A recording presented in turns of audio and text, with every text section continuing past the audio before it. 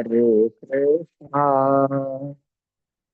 Krishna Hare Hare, Hare Rama, Hare Rama, Rama Rama, Hare Hare, Hare Krishna, Hare Krishna, Krishna Krishna, Hare Hare, Hare Rama, Hare Rama, Rama Rama, Hare Hare, Hare Krishna, Hare Krishna, Krishna Krishna, Hare Hare, Hare Rama, Hare Rama, Rama Rama, Hare Hare, Hare Krishna, Hare Krishna, Krishna Krishna, Hare Hare, Hare Rama, Hare Rama, Rama Rama, Hare Hare, Hare Krishna, Hare Krishna, Krishna Krishna, Hare Hare, Hare Rama, Hare Rama, Rama Rama, Hare Hare, Jaya Prabhupada, Jaya Prabhupada, Prabhupada, Srila Prabhupada, Jaya Guru Deva, Jaya Guru Deva, Guru Deva, Jaya Guru Deva, Hari Bol, Hari Bol, Hari Bol, Jai Guru Hari Bol. Hari Bol, Hari Bol, Hari Bol, Hari Bol, Hari Bol, Hari Bol, Hari Bol, Hari Bol. Om Namo Bhagavate Vasudevaya. Om Namo Bhagavate Vasudevaya. Om Namo Bhagavate Vasudevaya. Om Jnanatimirandasya Jnananjanashalakaya Chakshurunmilitam Yena Tasmai Shri Gurave Namaha. Shri Chaitanya Manobishtam Sthapitam Yena Bhutale Swayam Ruva Kada Mahyam Dadadi Sapadantikam Vandeham Shri Guru Shri Utapatakamelam Shri Gurun Vaishnavamscha Shri Rupam Sagarjatam Sagana Raghunatha Nidantam Sajivam Sadvaitam Savadutam Parijana Saidam Krishna Chaitanya Devam Shri Radha Krishna Padan Sagana Lalita Shri Vishakanyadamsha He Krishna Karuna Sindhu Dinabandho Jagatpade Govesh Gopika Kanda Radha Kanda Namostude Tapta Kanchana Gaurangi Radhe Vrindavaneshwari Vishabhanu Sude Devi Pranamami Haripriye Vanjakalpadrubhyascha Kripa Sindhubhye Vaja Patidanam Pavanebhyo Vaishnavebhyo Namo Namaha Shri Krishna Chaitanya Prabhu Nityananda Shri Advaita Gadadhara Srivasadi Gaura Bhakta Hare Krishna, Krishna Krishna, Hare Hare, Hare Rama, Rama Rama, Hare Hare. Mogam Karvati Vajalam, Pangum Langaya Degirim, Yatkapatamaham Vande, Sri Gurum Dinatarinam, Paramananda Madhavam, Sri Chaitanya Ishram, Hare Om Tasat, Hare Krishna, Srimad Bhagavad Gita യഥാരൂപത്തിന്റെ പഠനവേദിയിലേക്ക് എല്ലാ ഭക്തജനങ്ങൾക്കും ഹാർദവമായ സ്വാഗതം. പ്രകൃതി പുരുഷൻ ക്ഷേത്രജ്ഞൻ എന്ന 13ാം അധ്യായമാണ് നമ്മൾ പഠിച്ചു വരുന്നത്. എന്താണ് പ്രകൃതി, എന്താണ് ക്ഷേത്രം, ക്ഷേത്രജ്ഞൻ, ജ്ഞാനം എന്താണ്, ജ്ഞേയം എന്താണ് എന്നതിനെ കുറിച്ചിട്ടുള്ള അർജുനന്റെ ചോദ്യങ്ങൾക്ക് ഭഗവാൻ നൽകുന്ന മറുപടിയാണ് നമ്മുടെ ചർച്ചാ വിഷയം. അപ്പോ നമ്മൾ കഴിഞ്ഞ ക്ലാസ്സിൽ കണ്ടിരുന്നു ക്ഷേത്രത്തിനെ കുറിച്ചും ക്ഷേത്രജ്ഞനെ കുറിച്ചിട്ടും പ്രകൃതി എന്താണ് എന്നുള്ളതിനെ കുറിച്ചിട്ടെല്ലാം ഭഗവാൻ വിസ്തരിച്ചിരുന്നു. പിന്നെ എന്താണ് ജ്ഞാനം, ആ ജ്ഞാനത്തിനെ പറ്റിയിട്ടാണ് നമ്മുടെ കഴിഞ്ഞ ക്ലാസ്സിൽ ചർച്ച ചെയ്ത് തുടങ്ങിയത്. ഇപ്പോ 20 വിഷയങ്ങളാണ് ഭഗവാൻ ഈ 8 മുതൽ 12 വരെയുള്ള 5 ശ്ലോകങ്ങളിൽ പറഞ്ഞിരിക്കുന്നതിൽ മാനിത്വമതം വിത്തം അഹിംസ ക്ഷാന്തിരാർജവം ആചാര്യോപാസനം ശൗചം സ്ഥൈര്യം ആത്മവിനിഗ്രഹ ഇന്ദ്രിയാർത്ഥേഷു വൈരാഗ്യം അനഹങ്കാരമേവ ച ജന്മമൃത്യു ജരാവ്യാധി ദുഃഖദോഷാനുദർശനം അസക്തിനരവിശൃംഗ പുത്രദ്വാരഗൃഹാദിഷു നിത്യം ച സമചിത്തത്വം ഇഷ്ടാനിഷ്ടോപപത്യഷു മയി ചാനന്യയോഗേന ഭക്തിരഭ്യവിചാരിണി ജയസേവിത്വം ഹരതിരുജന സംസതി. ഇപ്പോ അതില് അമാനിത്വം, അതിനെ പറ്റിയിട്ടാണ് നമ്മൾ കഴിഞ്ഞ ക്ലാസ്സിൽ ചർച്ച ചെയ്തത്. നമ്മള് മറ്റുള്ളവർ തന്നെ ബഹുമാനിക്കണം എന്നുള്ള ചിന്ത അത് നമ്മൾ കൈവടിയണം. അതേസമയം നമ്മൾ മറ്റുള്ളവരെ നമ്മൾ ബഹുമാനിക്കുകയും വേണം. ഇതാണ് ചൈതന്യ മഹാപ്രഭുവും നമുക്ക് പറഞ്ഞു തന്നിട്ടുള്ളത്. അമാനേന അമാനതേന കീർത്തനീയ സദാഹരി. അപ്പൊ ഇന്ന് നമുക്ക് അഹംഭിത്വം, അഹംഭാവം ഇല്ലാതിരിക്കുക, അത് ചർച്ച ചെയ്യാം. അപ്പോ 16-ാം അധ്യായത്തില് പറയുന്നുണ്ട്, ദംഭോദർപ്പോ അഭിമാനശ്ച ക്രോധ പാരുഷ്യം ഏവച അജ്ഞാനം ചാപിജാതസ്യ പാർത്ഥ സമ്പദം ആസുരി. ഈ പറഞ്ഞ ദമ്പം, ദർപ്പം, അഭിമാനം, ക്രോധം, പാരുഷ്യം ഇതെല്ലാം തന്നെ ഒരു അസുരന്റെ ഗുണങ്ങളാണ് എന്ന് പറയുന്നുണ്ട് 16-ാം അധ്യായത്തിൽ.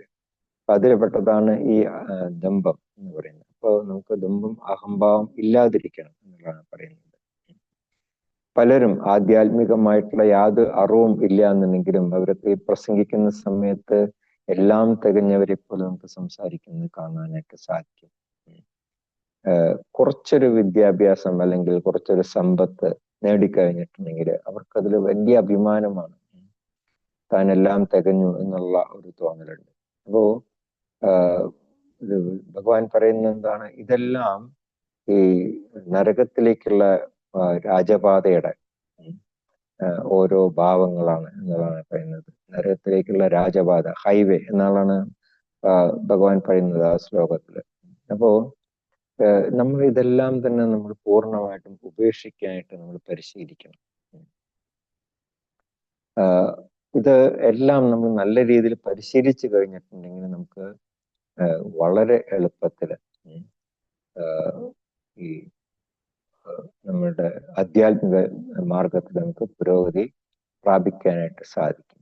അതേസമയം നമ്മൾ ഇതിനെക്കുറിച്ചെല്ലാം തീരെ ഗൗനിക്കുന്നില്ല. ഇപ്പോ ഈ അഹങ്കാരം, നിത്യാഹങ്കാരം, അഹങ്കാരം നിത്യാഹങ്കാരം, അതുപോലെ തന്നെ അനാവശ്യമായിട്ടുള്ള അഭിമാനം, ക്രോധം, പരുഷമായിട്ട് സംസാരിക്കുക, ഇതിനെല്ലാം നമ്മൾ നിയന്ത്രിക്കാനായിട്ട് പരിശീലിച്ചില്ല എന്നുണ്ടെങ്കിൽ നമുക്ക് തീർച്ചയായിട്ടും ഈ ജന്മത്തിന് ശേഷം നമുക്ക് വളരെ എളുപ്പത്തിൽ നരകത്തിലെത്താനായിട്ട് സാധിക്കും എന്നുള്ളതാണ് ശ്രീലപ്രഭുവായൂർ പറയുന്നത്. അപ്പൊ അതുകൊണ്ട് നമ്മുടെ ആഗ്രഹം എന്നുണ്ടെങ്കിൽ നമ്മൾ ശ്രദ്ധാപൂർവം ഈ ഗുണങ്ങളെല്ലാം വളർത്തിയെടുക്കണം. അഹംഭാവം നമ്മൾ ഉപേക്ഷിക്കണം. പിന്നെ പറയുന്നത് എന്താണ്? അഹിംസ. ഇപ്പൊ പൊതുവെ ഒരു ധാരണയുണ്ട്, എല്ലാവരും പറയുന്നതാണ് മറ്റുള്ള മനുഷ്യരെ ഹിംസിക്കുന്നത്, വധിക്കുന്നതാണ് ഈ ഹിംസ എന്ന് പറയുന്നത്. പക്ഷെ വാസ്തവത്തിൽ അങ്ങനെയല്ല. ശ്രീലപ്രഭുവായൂർ പറയുന്നത് എന്താണ്? നമ്മള് മറ്റുള്ളവർക്ക് യാതൊരു തരത്തിലുള്ള ദ്രോഹവും ചെയ്യാതിരിക്കണം. ഇപ്പൊ സാമാന്യ ജനങ്ങള് നിരന്തരം ഭൗതിക ക്ലേശങ്ങള് അനുഭവിച്ചു കൊണ്ടേയിരിക്കുകയാണ്. അപ്പൊ അങ്ങനെയുള്ള ഭൗതിക ക്ലേശങ്ങൾ അനുഭവിച്ചു കൊണ്ടിരിക്കുന്ന സാമാന്യ ജനങ്ങളെ നമ്മൾ കൃഷ്ണാവബോധത്തിലേക്ക് അല്ലെങ്കിൽ ആധ്യാത്മിക അവബോധത്തിലേക്ക് നമ്മൾ ഉയർത്താൻ സഹായിക്കുന്നില്ല എന്നുണ്ടെങ്കിൽ നമ്മൾ ഹിംസാനിരതരാണ്.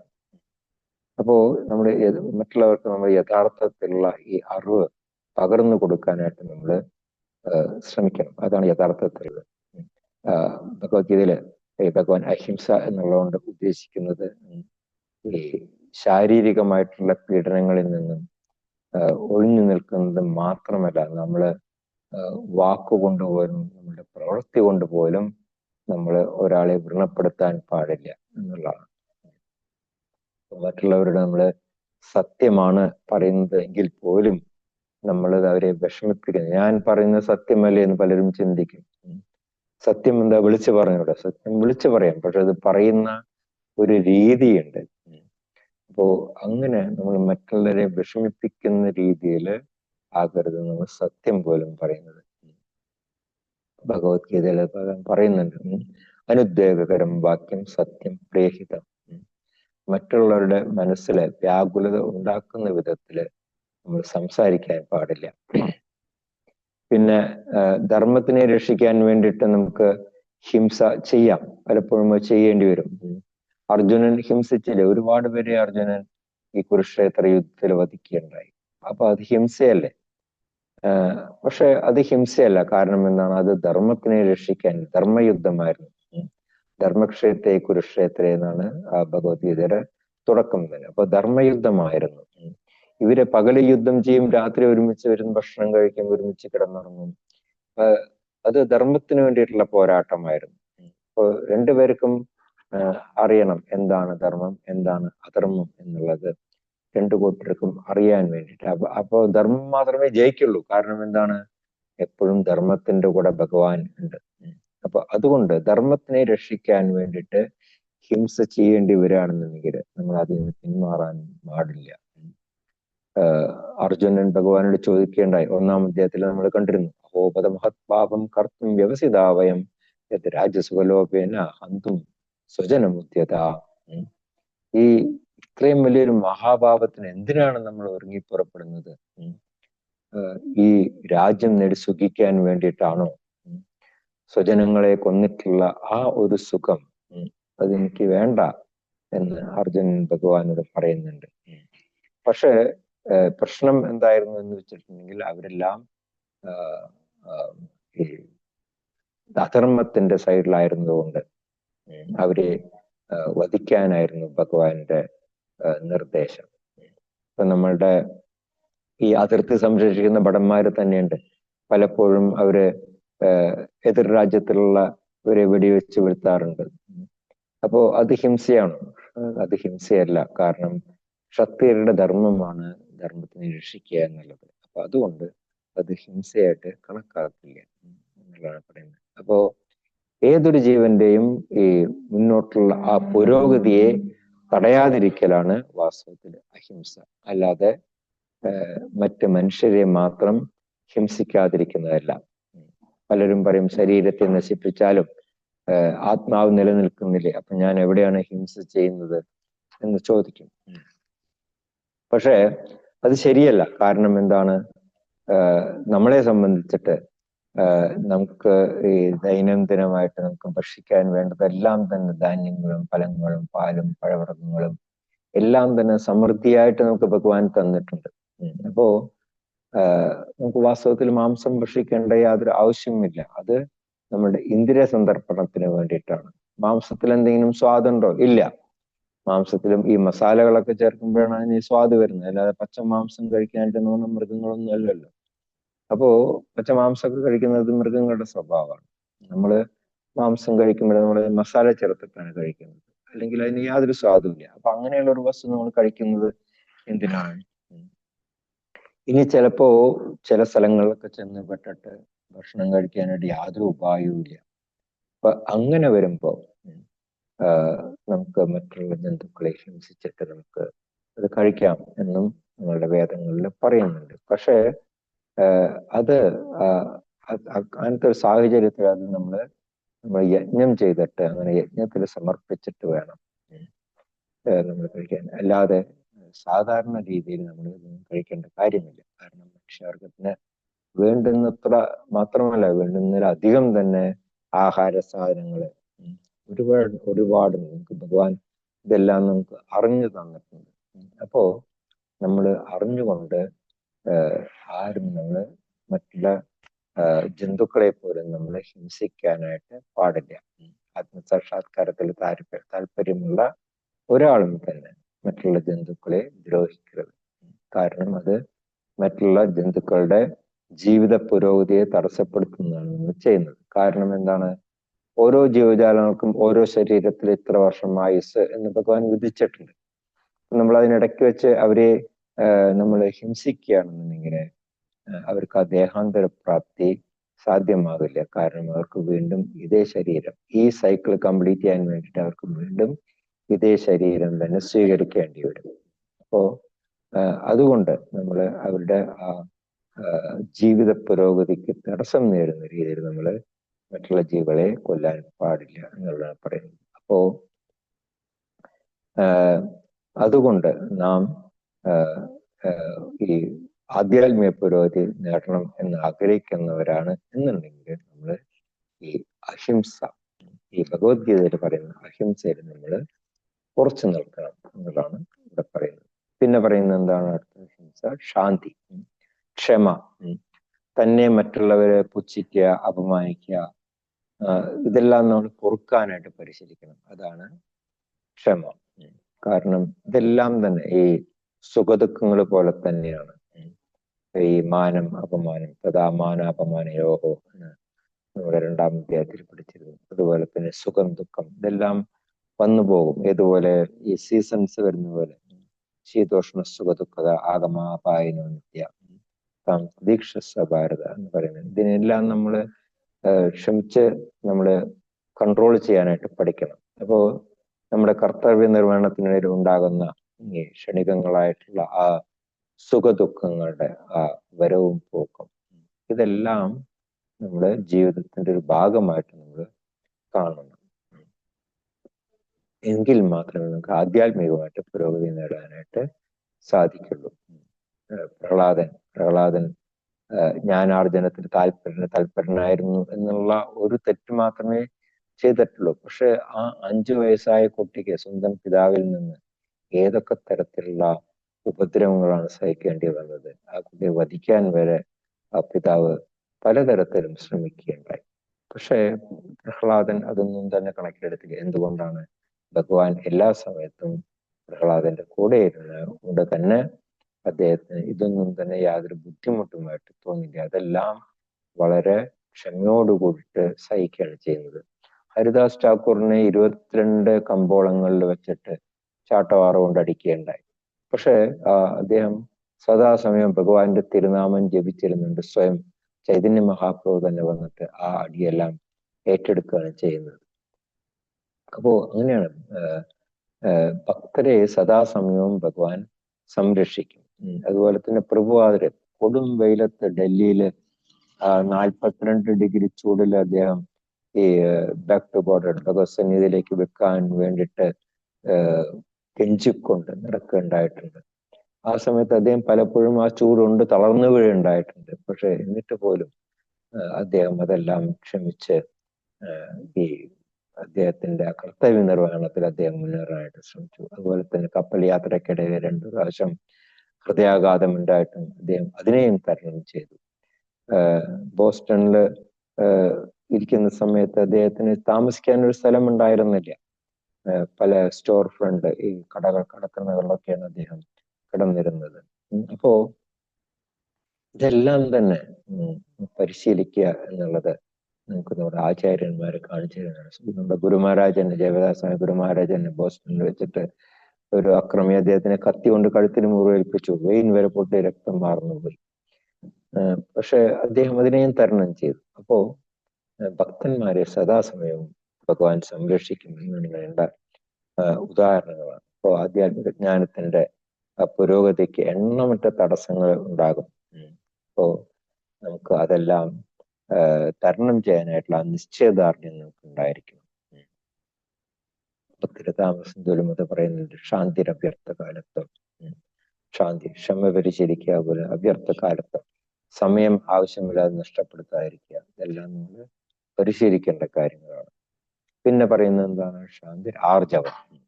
ആർജവം എന്ന് പറഞ്ഞിട്ടുണ്ടെങ്കിൽ സരളത. അപ്പോ യഥാർത്ഥത്തിലുള്ള സത്യം അത് നമ്മൾ യാതൊരു കൗശലവും അല്ലെങ്കിൽ നയതന്ത്രങ്ങളോ ഒന്നും കൂടാതെ നമ്മൾ ശത്രുവിനോട് പോലും തുറന്നു പറയാനായിട്ടുള്ള ആ ഒരു കഴിവ്, അതിനാണ് സരളത അല്ലെങ്കിൽ ലാളിത്യം എന്ന് പറയുന്നത്. അപ്പോ നമ്മളൊരു ആധ്യാത്മിക ഗുരുവിനെ സ്വീകരിക്കുമ്പോൾ നമുക്ക് ഒഴിച്ചു കൂടാനാവാത്ത ഒരു ഗുണമാണ് ഈ ലാളിത്യം എന്ന് പറയുന്നത്. കാരണം നമ്മൾ ഗുരുവിൽ നിന്ന് വാസ്തവത്തിൽ നമ്മളുടെ കാര്യങ്ങളൊന്നും നമ്മൾ മറച്ചു പിടിക്കാനായിട്ട് പാടില്ല. വളരെ വിനയപൂർവ്വം നമ്മുടെ ഗുരുവിനെ സമീപിക്കണം, അദ്ദേഹത്തിന് സേവനം അനുഷ്ഠിക്കണം. അങ്ങനെ അദ്ദേഹത്തിൽ നിന്ന് ആധ്യാത്മിക കാര്യങ്ങൾ ചോദിച്ചറിയണം. ഒരു ഗുരുവും ശിഷ്യനും തമ്മിൽ എപ്പോഴും ഓപ്പൺ ആയിരിക്കണം. ഗുരുവിനെ മറച്ചു വെച്ചുകൊണ്ട് സംസാരിക്കാനായിട്ട് പാടില്ല ഒരിക്കലും ഒരു ശിഷ്യൻ.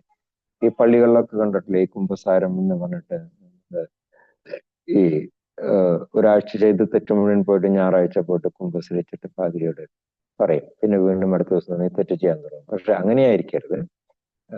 നമ്മൾ തെറ്റാണെന്ന് മനസ്സിലാക്കി കഴിഞ്ഞാൽ നമ്മൾ ആവർത്തിക്കാൻ പാടില്ല.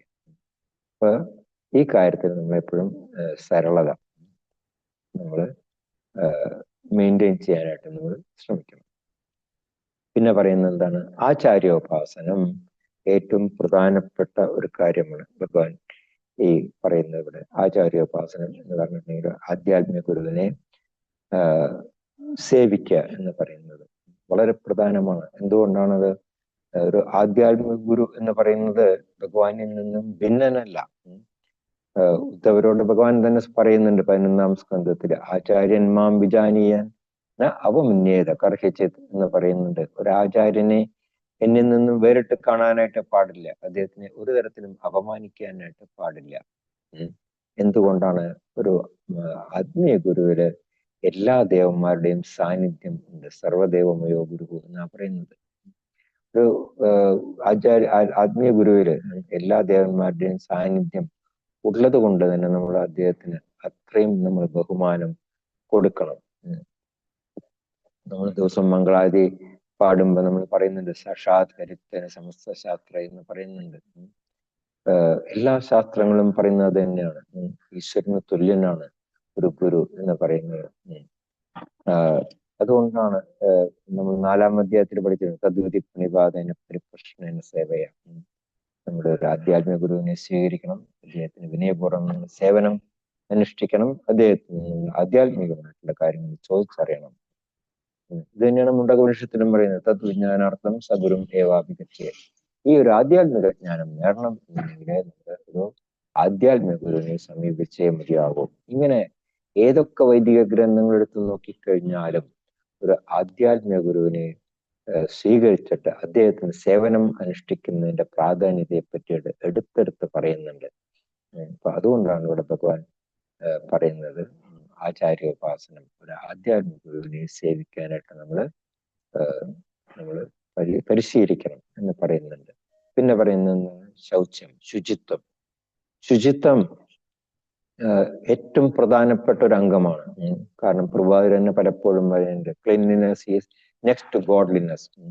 നമ്മളൊരു ഭക്തനായി കഴിഞ്ഞിട്ടുണ്ടെങ്കിൽ നമുക്ക് ആദ്യം വേണ്ടത് ശുചിത്വമാണ്. നമ്മുടെ ശരീരം ആന്തരികമായിട്ടും ബാഹ്യമായിട്ടും നമ്മുടെ ശരീരം ശുചിയാക്കി വെക്കണം. ഇപ്പോ മറ്റുള്ള രാജ്യങ്ങളിലൊക്കെ ആണെന്നുണ്ടെങ്കിൽ ഇത് എടുത്തെടുത്ത് പറയേണ്ടി വന്നു ശ്രീരാ പ്രഭാകർക്ക്. എന്തുകൊണ്ടാണ്? അവർക്ക് അങ്ങനെയുള്ള ആ ശുചിത്വം എന്ന് പറയുന്നില്ല. കഴിച്ചു കഴിഞ്ഞിട്ടുണ്ടെങ്കിൽ ടിഷ്യൂ പേപ്പർ ഇട്ട് അവര് കൈയും വായും തുടക്കുകയുള്ളൂ. അവർ കൈ കഴുകുക എന്നുള്ളൊരു ശീലം അവർക്കില്ല. പ്രഭാകർ അവിടെ അഗർവാളിന്റെ വീട്ടിൽ താമസിക്കുന്ന സമയത്ത് അദ്ദേഹം ബാത്റൂമിൽ തുണി അലക്കുമ്പോൾ ആ വെള്ളം പുറത്തേക്ക് ഈ സിറ്റിംഗ് റൂമിലേക്ക് വരുമായിരുന്നു. അപ്പൊ അവർക്കൊന്നും അത്ര പിടിച്ചിരുന്നില്ല. കാരണം എന്താണ്? അവർക്ക് ഈ വാഷിംഗ് മെഷീനിൽ കഴിയിട്ടുള്ള ശീലമുള്ളത് കൊണ്ട് പ്രഭാകരുടെ ആ രീതിയൊന്നും അവർക്ക് അത്ര താല്പര്യമുണ്ടായിരുന്നില്ല.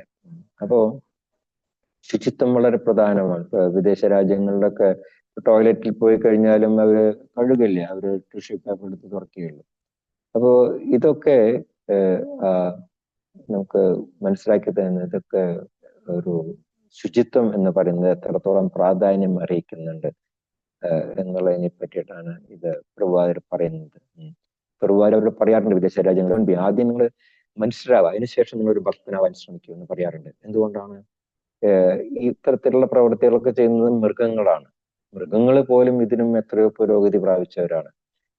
കാരണം ഇപ്പൊ ഒരു പൂച്ച എടുത്ത് നോക്കിക്കഴിഞ്ഞാൽ, പൂച്ച ഇപ്പൊ ശൗചം ചെയ്യണമെന്നുണ്ടെങ്കിൽ, ഇപ്പൊ ടോയ്ലറ്റിൽ പോകണമെന്നുണ്ടെങ്കിൽ പൂച്ച എന്ത് ചെയ്യും?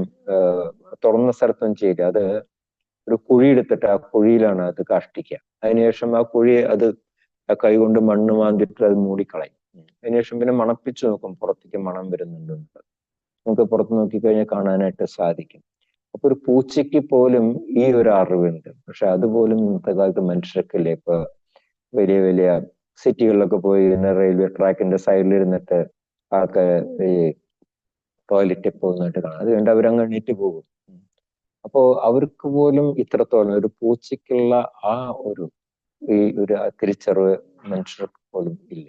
അപ്പോ അത്രയും അധപതിച്ചു പോയി നമ്മളുടെ മനുഷ്യർ എന്നുള്ളതാണ് ഇവിടെ കാണിക്കുന്നത്. അതുപോലെ തന്നെ ആന്തരികമായിട്ടും നമ്മൾ ശുചിയായിട്ടിരിക്കണം.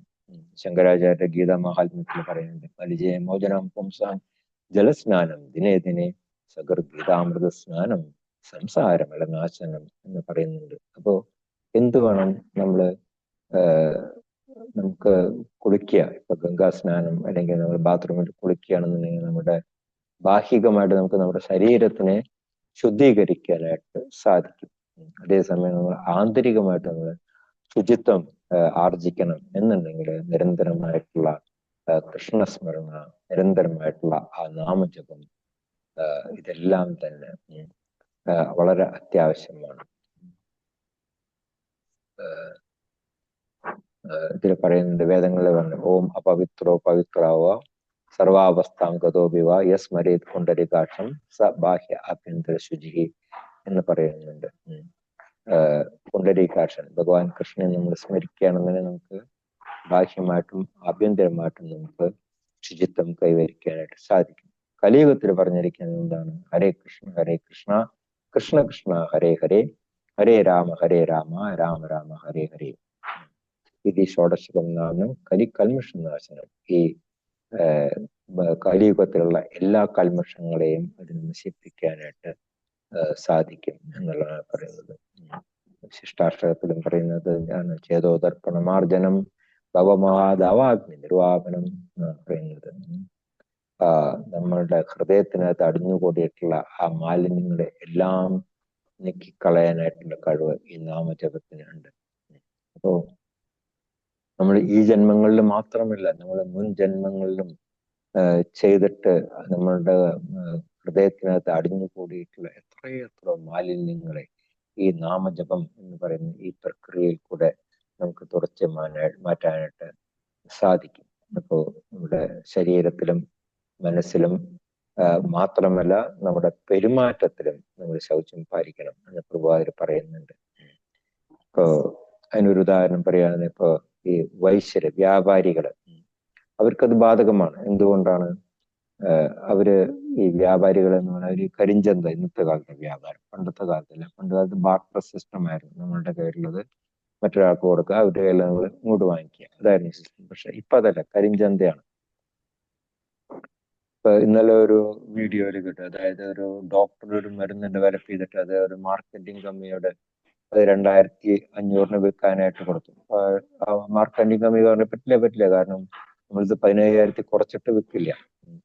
കാരണം നമ്മൾ ഈ മരുന്ന് വിൽക്കുമ്പോൾ നമുക്ക് മറ്റുള്ള മരുന്നുകൾ ചിലവാകില്ല. അപ്പൊ അതിന്റെ ലാഭം കൂടി നമുക്ക് ഇതിൽ നിന്ന് കിട്ടണം. ഇതൊക്കെയാണ് കരിഞ്ചന്ത എന്ന് പറയുന്നത്. അതുപോലെ തന്നെ ഈ ബ്ലേഡ് പലിശക്കാര് ദിവസം 1 രൂപ വെച്ചിട്ട് അപ്പൊ ഒരു വർഷം എത്രയും 365% പലിശയായി. ബാങ്ക് പലിശ പോലും ഇന്നത്തെ കാലത്ത് 7% ഉള്ളൂ. പക്ഷെ ബ്ലേഡ് പലിശക്കാര് 365% പലിശയാണ് വാങ്ങിക്കുന്നത്.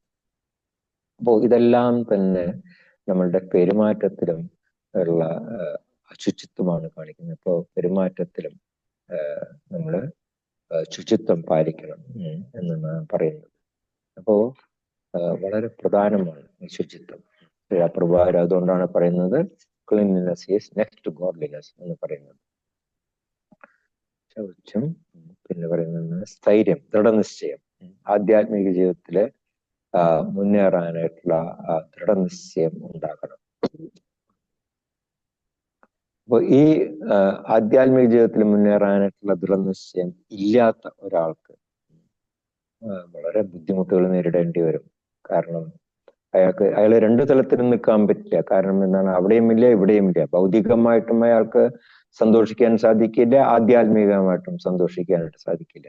എന്താണ്? അയാൾക്കൊരു പേടി ഉണ്ടാവും, ഞാൻ ഭൗതികമായിട്ടുള്ള വഴി കൂടെ പോയി കഴിഞ്ഞിട്ടുണ്ടെങ്കിൽ എനിക്ക് എന്തെങ്കിലും പ്രശ്നം ഉണ്ടാകുമോ, ഭഗവാൻ കോപിക്കുമോ എന്നുള്ള പ്രശ്നം. പക്ഷെ എന്നാലും അയാൾക്ക് പൂർണ്ണമായിട്ടുള്ള വിശ്വാസം ഇല്ലാത്തത് കൊണ്ട് അവർക്ക് ഈ ആധ്യാത്മിക ജീവിതത്തിൽ മുന്നേറാനായിട്ട് സാധിക്കില്ല. അപ്പോൾ ദൃഢനിശ്ചയം, നമ്മൾ എന്ത് പ്രവൃത്തി ചെയ്യുമ്പോഴും ഒരു നിശ്ചയദാർഢ്യം ഉണ്ടായിരിക്കുക എന്നുള്ളത് വളരെ പ്രധാനപ്പെട്ട ഒരു കാര്യമാണ്.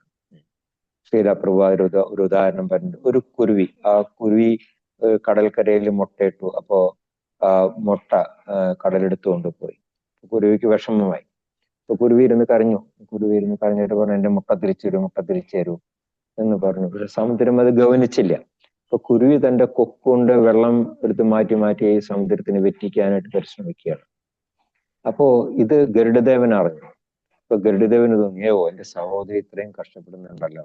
അപ്പൊ ഗരുഡദേവൻ വന്നിട്ട് വരുണദേവനെ ഭീഷണിപ്പെടുത്തി, ആ മുട്ട തിരിച്ചു കൊടുത്തില്ല എന്നുണ്ടെങ്കിൽ ഞാൻ എന്റെ കൊക്കുകൊണ്ട് ഈ സമുദ്രം മുഴുവൻ കുടിച്ച് വെറ്റിക്കും. അപ്പൊ അങ്ങനെ സമുദ്രദേവൻ ആ മുട്ട തിരിച്ചു കൊടുക്കുകയാണ്. അപ്പോ ഇത് വളരെ നിശ്ചയദാർഢ്യം വളരെ പ്രധാനമാണ്. നമ്മള് സ്ഥിരനിശ്ചയത്തോട്ട് നമ്മുടെ മനസ്സ്, അതുപോലെ തന്നെ ഇന്ദ്രിയങ്ങളുടെ പ്രവർത്തനങ്ങള്, ഇതെല്ലാം തന്നെ ഭഗവാനില് കേന്ദ്രീകരിക്കണം. അപ്പോ കൃഷ്ണബോധത്തില് മുഴുകിയിരിക്കുന്ന ഒരു വ്യക്തി, അല്ലെങ്കിൽ പുരോഗതി പ്രാപിക്കാൻ ആഗ്രഹിക്കുന്ന ഒരു വ്യക്തി ഒരിക്കലും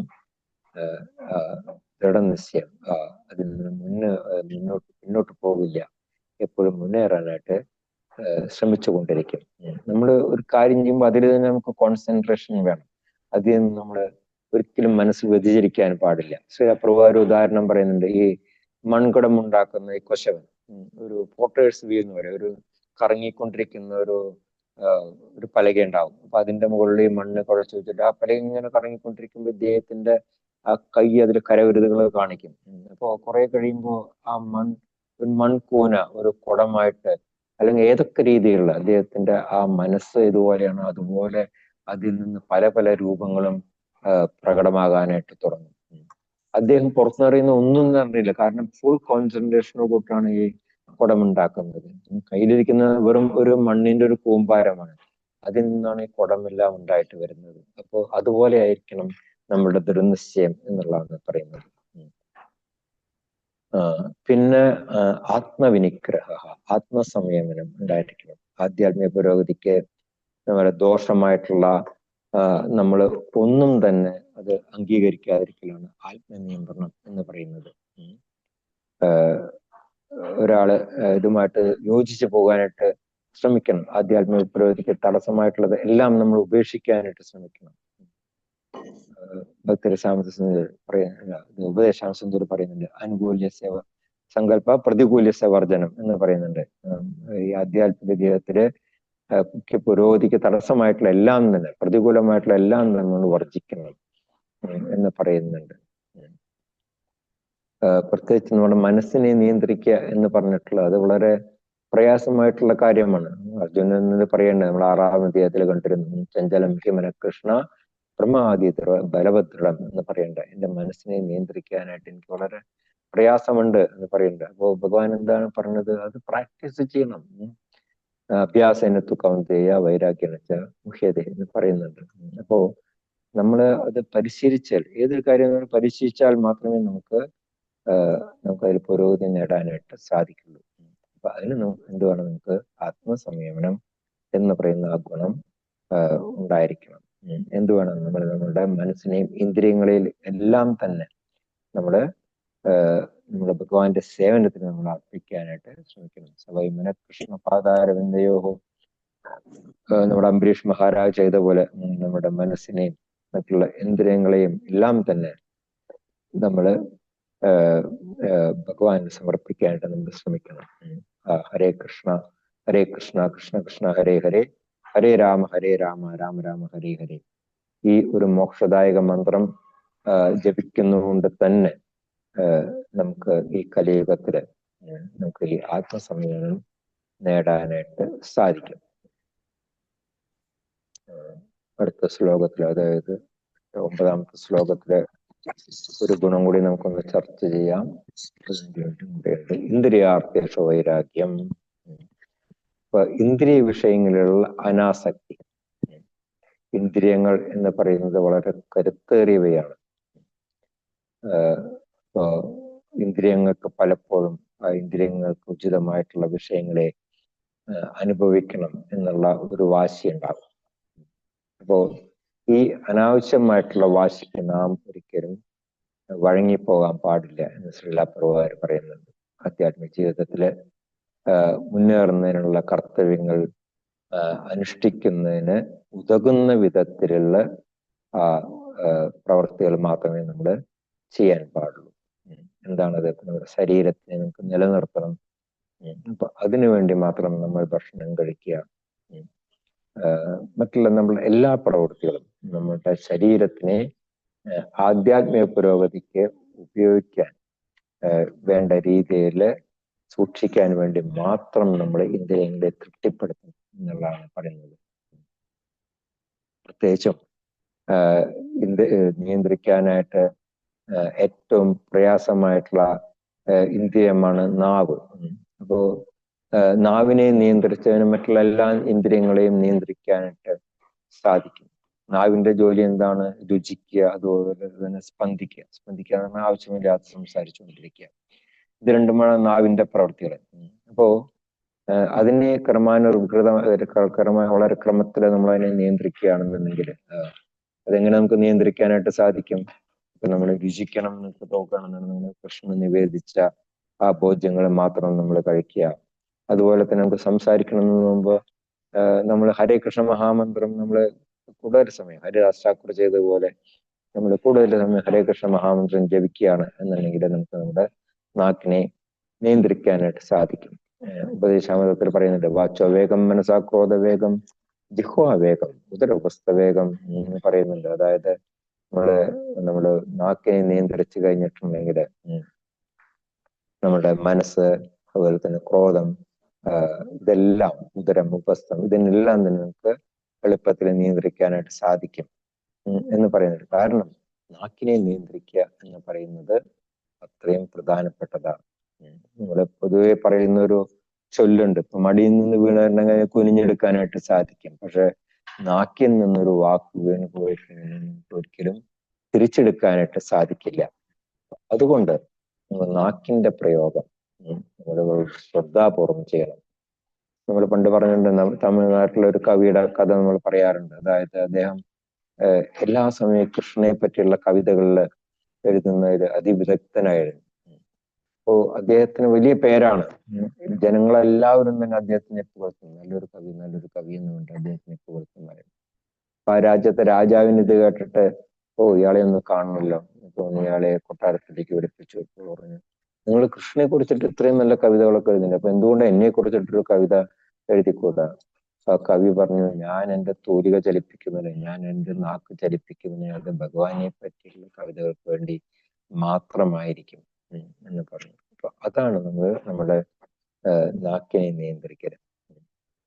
ഇപ്പൊ നമുക്ക് നമ്മുടെ കണ്ണ് കൃഷ്ണന്റെ അഴകിനെ ആസ്വദിക്കാനായിട്ട് നമുക്ക് ഉപയോഗിക്കാം. നമ്മുടെ കാത് നമുക്ക് കൃഷ്ണന്റെ ചരിത്രങ്ങൾ കേൾക്കുന്നുണ്ട് നമുക്ക് ഉപയോഗിക്കാം. അതുപോലെ തന്നെ നാസിക നമ്മൾ കൃഷ്ണൻ അർപ്പിച്ച പൂക്കള് മണക്കുന്നതുകൊണ്ട് നമുക്ക് ഉപയോഗിക്കാം. കുമാരന്മാര്, 4 കുമാരന്മാര്, സനന്ദൻ, സനാതൻ, സനത് കുമാരൻ, അവര് ഭഗവാന് സമർപ്പിച്ച പുഷ്പങ്ങൾ മണപ്പിച്ചപ്പോഴാണ് അവര് ഭക്തരായത്. അവര് വാസ്തവത്തിൽ മായാവാദികളായിരുന്നു, അവർ ഭക്തരായത് അങ്ങനെയാണ്. അപ്പോ വളരെ പ്രധാനപ്പെട്ടതാണ് നമ്മളുടെ ഇന്ദ്രിയങ്ങൾ, ഇന്ദ്രിയാർത്ഥേഷു വൈരാഗ്യം, ഇന്ദ്രിയങ്ങളെ നമ്മൾ നിയന്ത്രിക്കുക എന്ന് പറയുന്നത്. ശ്രീമദ് ഭാഗവതത്തിന്റെ 11-ാം സ്കന്ധത്തില് ദത്താത്രേയ മഹർഷി യദു ചക്രവർത്തിയോട് പറയുന്ന 24 ഗുരുക്കന്മാരെ പറ്റി പറയുന്ന കാര്യങ്ങളിൽ അതില് എപ്രകാരമാണ് നമ്മളുടെ ഇന്ദ്രിയ നിയന്ത്രണം സാധിക്കേണ്ടതിനെ പറ്റി വളരെ വ്യക്തമായിട്ട് പറയുന്നുണ്ട്. അപ്പൊ അതില് 5 ഉദാഹരണങ്ങളാണ് പറയുന്നത്. ഒന്ന് ഈയാമ്പാറ്റ. ഈയാമ്പാറ്റയെ നശിപ്പിക്കുന്നത് എന്താണ്? അതിന്റെ കണ്ണാണ്. കാരണം എന്താണ്? ഇപ്പോ നല്ല അഗ്നിയൊക്കെ തിന്നാൻ പറ്റുന്ന സാധനമാണ് എന്ന് വിചാരിച്ചിട്ട് നേരെ അതേപോട്ട് വരും. അപ്പൊ അതുകൊണ്ട് അതിന്റെ ജീവിതം അവസാനിക്കുകയും ചെയ്യും. അപ്പൊ അതുപോലെ തന്നെ ഈ നമ്മൾ മായാവസ്തുക്കളാകുന്ന സാധനങ്ങളിലൊക്കെ നമ്മളുടെ കണ്ണ് ചെന്ന് പെടുമ്പോൾ നമ്മള് അതില് വശംവതരായി പോകും. അപ്പൊ നമ്മള് ഒരു ഈയാമ്പാറ്റയെ പോലെ നമ്മള് നശിച്ചു പോകും. അപ്പൊ അതുകൊണ്ട് നമ്മൾ വളരെ ശ്രദ്ധാപൂർവ്വം നമ്മുടെ കണ്ണിനെ നമ്മള് ഭഗവാനെ കാണുന്നതിന് അല്ലെങ്കിൽ ഭഗവാന്റെ ഭക്തന്മാരെ കാണുന്നതിന് നമ്മൾ ഉപയോഗിക്കണം എന്നുള്ളതാണ്. പിന്നെ പറയുന്നത് എന്താണ്? തേനീച്ചയെ പറ്റി പറയുന്നുണ്ട്. തേനീച്ചയുടെ പ്രധാനപ്പെട്ട ഇന്ദ്രിയം എന്താണ്? മൂക്കാണ്, ഘ്രാണേന്ദ്രിയം. തേനീച്ച എവിടെങ്കിലൊക്കെ പൂവിന്റെ നല്ല മണമൊക്കെ കിട്ടിക്കഴിഞ്ഞിട്ടുണ്ടെങ്കിൽ അത് ആ മണം പിടിച്ച് അതിൽ പോയിട്ട് പൂവിൽ പോയിട്ട് അതിൽ നിന്ന് തേനൊക്കെ ശേഖരിക്കും. അത് എവിടെയെങ്കിലും ഒരു സ്ഥലത്ത് കൊണ്ടുവന്ന് സൂക്ഷിച്ചു വെക്കും. അതൊട്ട് കഴിക്കൂല, മറ്റുള്ളവർക്ക് കഴിക്കാനും കൊടുക്കില്ല. അങ്ങനെ സൂക്ഷിച്ച് വെച്ച് അവസാനം അത് നിറയുമ്പോഴേ വല്ല കാട്ടാളന്മാരും തേനീച്ചയെ കൊന്നിട്ട് ആ തേൻ മുഴുവൻ എടുത്തുകൊണ്ട് പോകും. അപ്പോ തേനീച്ചയുടെ ഈ തേനീച്ചയ്ക്ക് ദോഷം ചെയ്യുന്ന അവയവം എന്ന് പറയുന്നത് അതിന്റെ മൂക്കാണ്. പിന്നെ ആനയുടെ പ്രശ്നം ഉണ്ടാക്കുന്ന എന്താണ്? ത്വക്കിന്ദ്രിയം. എന്തുകൊണ്ടാണ്? ജീവികളിലെ ഏറ്റവും വലുപ്പമുള്ളതാണ് ആന. ആനയെ അത്ര എളുപ്പത്തിൽ ആർക്കും അതിനെ പിടിക്കാനായിട്ട് സാധിക്കില്ല. ഒരു കൂട്ടമായിട്ടേ നടക്കുള്ളൂ. പിന്നെ നടക്കുമ്പോൾ എപ്പോഴും തുമ്പിക്കൈയിൽ വടി പിടിച്ചുകൊണ്ടാണ് ഈ ആനകൾ നടക്കുക. അത് മുന്നിൽ ഇങ്ങനെ കുത്തി നോക്കി പോകും. എവിടെയെങ്കിലും അപകടം പതിയിരിക്കുന്നുണ്ടോ എന്നൊക്കെ നോക്കിയിട്ടാണ് ഈ ആനകൾ മുന്നോട്ട് പോകുന്നത്, വളരെ ശ്രദ്ധയോട് കൂടിയിട്ട്. പക്ഷേ ഈ മുമ്പിലൊരു പിടിയാനയെ കാണുകയാണെന്നുണ്ടെങ്കിൽ ഈ ആണാൻ ഇതെല്ലാം മറന്നു പോകും. നേരെ പോയിട്ട് ഏതെങ്കിലും വാരിക്കുഴലുകൾ. അങ്ങനെയാണ് ഈ ആനയെ പിടിക്കുന്നത്. അതുപോലെ നമ്മൾ വിഷയഭോഗങ്ങളിലുള്ള തൃഷ്ണ കൊണ്ട് നമ്മുടെ വിവേകമില്ലാണ്ട് നമ്മൾ ജീവിക്കുകയാണെന്നുണ്ടെങ്കിൽ നമുക്ക് ആനയെപ്പോലെ നശിക്കേണ്ടി വരും എന്നാണ് പറയുന്നത്. പിന്നെ പറയുന്നത് എന്താണ്? മാനിനെ പറ്റി പറയുന്നത്. മാനിന്റെ ഇന്ദ്രിയം എന്താണ്? കാത്, ശബ്ദം. ശബ്ദത്തിൽ വളരെ പ്രിയമാണ് മാനിന്. നല്ല പാട്ട് കേട്ടിട്ടുണ്ടെങ്കിൽ അതിൽ ലയിച്ചിട്ട് അങ്ങനെ സ്തബ്ധനായിട്ട് അങ്ങനെ നിന്ന് പോകും. അപ്പോഴാണ് ശത്രുക്കൾ അതിനെ പിടികൂടുന്നത്. അപ്പൊ അതുപോലെ തന്നെ ഗ്രാമ്യ ഗീതങ്ങളിൽ ഒക്കെ മയങ്ങിട്ട് വികാരങ്ങൾക്ക് അടിമപ്പെടുന്ന മനുഷ്യര് ഈ മാനിനെ പോലെ നശിച്ചു പോകും എന്നുള്ളതാണ് പറയുന്നുണ്ട്. പിന്നെ പറയുന്നത് എന്താണ്? മത്സ്യത്തിനെ പറ്റി പറയുന്നത്. മത്സ്യത്തിന് എന്താണ്? രസനേന്ദ്രിയം. അതെങ്ങനെയാണ് ഈ അപകടത്തിൽ ചെന്ന് ചാടുന്നത്? ഈ മുക്കുവര് ഈ മറ്റേ ചൂണ്ടലിന്റെ അറ്റത്ത് എന്തെങ്കിലും ഒരു തിന്നാനായിട്ട് പുഴുവിനെ വെച്ചിട്ട് അതങ്ങ് വെള്ളത്തിലേക്ക് താഴ്ത്തി കൊടുക്കുമ്പോൾ മത്സ്യം വന്നിട്ട് ആ തീറ്റ തിന്നാൻ വേണ്ടിയിട്ട് വന്നിട്ട് ആ ചൂണ്ടലിൽ പെട്ട് അങ്ങനെ മുക്കുവൻ അതിനെ വലിച്ചു കയറ്റി കരയിലേക്ക് കൊണ്ടുവരും. അപ്പോ അത് അത്രയും ഈ നമുക്കത് എങ്ങനെയാണ് ബാധകം എന്ന് ചോദിച്ചു കഴിഞ്ഞിട്ടുണ്ടെങ്കിൽ ഈ നേരത്തെ പറഞ്ഞ പോലെ ഈ രസനേന്ദ്രിയം അല്ലെങ്കിൽ നാക്ക് നമ്മളെ പലപ്പോഴും അപകടത്തിൽ കൊണ്ട് ചാടിക്കാറുണ്ട്. അപ്പോൾ നമുക്കും ഭക്ഷണം കഴിക്കാനായിട്ടുള്ള ആ ത്വര എപ്പോഴും ഉണ്ടായിരിക്കും. ഇപ്പൊ പലരും ഈ തട്ടുകടയിൽ അല്ലെങ്കിൽ വലിയ ഹോട്ടലിലൊക്കെ ഉള്ള ഫുഡ് ഭക്ഷണം കഴിക്കും. പക്ഷെ അതിൽ പതിയിരിക്കുന്ന അപകടത്തിനെ കുറിച്ചിട്ട് ആ മണം വരുമ്പോൾ അതിൽ പതിയിരിക്കുന്ന അപകടത്തിനെ കുറിച്ചിട്ട് അവരെ ഗൗനിക്കാറില്ല. അപ്പൊ പിന്നെ ഫുഡ് പോയിസൺ ആവും, പിന്നെ ഹോസ്പിറ്റലിൽ പോകേണ്ടി വരും, ചിലപ്പോൾ ആൾ തീർന്നും പോകും. അപ്പോ നമ്മൾ അതുകൊണ്ടാണ് നമ്മൾ നാക്കിനെ നിയന്ത്രിക്കുന്നത് വളരെ അത്യാവശ്യമാണ് എന്ന് പറയുന്നത്. അപ്പൊ ഇങ്ങനെ ഈ ഈയാമ്പാറ്റ അല്ലെങ്കിൽ തേനീച്ച, ആന, മാൻ, മത്സ്യം, ഈ 5 ജീവികളില് ഓരോന്നിനെയും അവയുടെ ഓരോ ഇന്ദ്രിയങ്ങളാണ് കൊല്ലുന്നത്. ദൃക്കേന്ദ്രിയം ഈയാമ്പാറ്റ, ഘ്രാണേന്ദ്രിയം തേനീച്ച, അതുപോലെ തന്നെ ത്വക്കേന്ദ്രിയം ആന, ശ്രവണേന്ദ്രിയം മാനിനെയും രസനേന്ദ്രിയം മത്സ്യത്തിനെയും നശിപ്പിക്കും. അപ്പോൾ ഈ ഓരോ ജീവികൾക്കും അവരുടെ ഓരോ ഇന്ദ്രിയങ്ങളും മാത്രമേ നാശത്തിന് കാരണമാകുന്നുള്ളൂ. പക്ഷെ നമ്മുടെ മനുഷ്യന്റെ അവസ്ഥ എന്ന് പറയുന്നത് അത് ചിന്തിക്കേണ്ട ഒരു വിഷയമാണ്. നമ്മുടെ എല്ലാ ഇന്ദ്രിയങ്ങളും നമ്മളെ എപ്പോഴും അടക്കി ഭരിച്ചുകൊണ്ടിരിക്കുകയാണ്. അതുകൊണ്ട് നമ്മള് ഈ എല്ലാ ഇന്ദ്രിയങ്ങളെയും നമ്മൾ നിയന്ത്രിക്കാനായിട്ട് നമ്മൾ പരിശീലിക്കണം. ഇല്ല എന്നുണ്ടെങ്കിൽ നമുക്ക് എത്ര അറിവുണ്ടായിട്ടും അല്ലെങ്കിൽ നമ്മൾ എത്ര തന്നെ തപശ്ചര്യകൾ അനുഷ്ഠിച്ചു കഴിഞ്ഞാലും അതുകൊണ്ട് ഒന്നും തന്നെ യാതൊരു പ്രയോജനവും ഉണ്ടാവില്ല.